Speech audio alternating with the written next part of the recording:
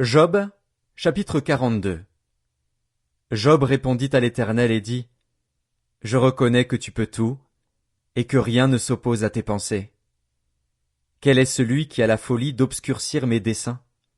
Oui, j'ai parlé, sans les comprendre, de merveilles qui me dépassent et que je ne conçois pas.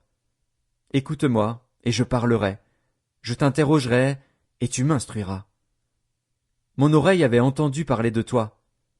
Mais maintenant, mon œil t'a vu.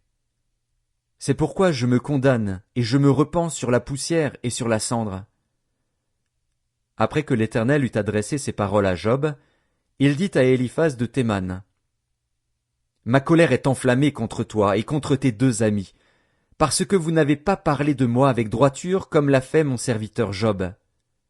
Prenez maintenant 7 taureaux et 7 béliers, allez auprès de mon serviteur Job, et offrez pour vous un holocauste. Job, mon serviteur, priera pour vous, et c'est par égard pour lui seul que je ne vous traiterai pas selon votre folie, car vous n'avez pas parlé de moi avec droiture, comme l'a fait mon serviteur Job. Éliphaz de Théman, Bildad de Shuar, et Tsophar de Naama allèrent et firent comme l'Éternel leur avait dit. Et l'Éternel eut égard à la prière de Job.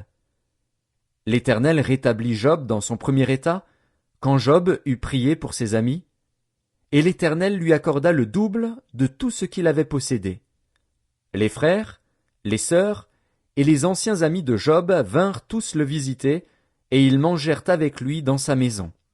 Ils le plaignirent et le consolèrent de tous les malheurs que l'Éternel avait fait venir sur lui, et chacun lui donna un késita et un anneau d'or.